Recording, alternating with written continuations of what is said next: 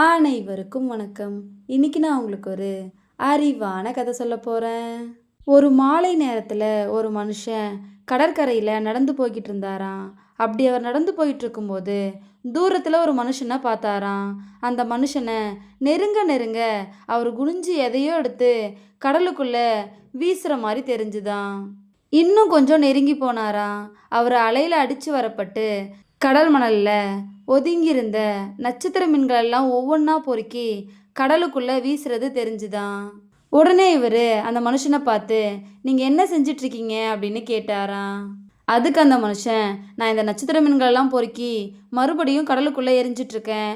ஒருவேளை நான் எடுத்து போடலைன்னா ஆக்சிஜன் கிடைக்காம இறந்து போயிடும் அப்படின்னு சொன்னாராம். உடனே இந்த மனுஷன், எனக்கு புரியுது, ஆனால் இது மாதிரி ஆயிரக்கணக்கான நட்சத்திர மீன்கள் இந்த கடற்கரையில் கிடக்கு. அது எல்லாத்தையும் உங்களால் கடலுக்குள்ளே எடுத்து போட முடியாது. உங்களால் ஒன்றும் பெருசாக மாற்றத்தை ஏற்படுத்த முடியாதுன்னு உங்களுக்கு தோணலையா அப்படின்னு கேட்டாராம்.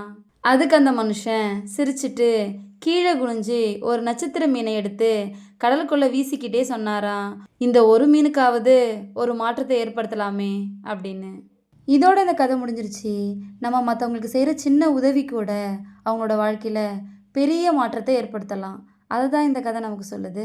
இந்த கதை உங்கள் எல்லாருக்கும் பிடிச்சிருக்கும் நம்புகிறேன். இன்னொரு அழகான கதையில் நாளைக்கு சந்திப்போம். நன்றி.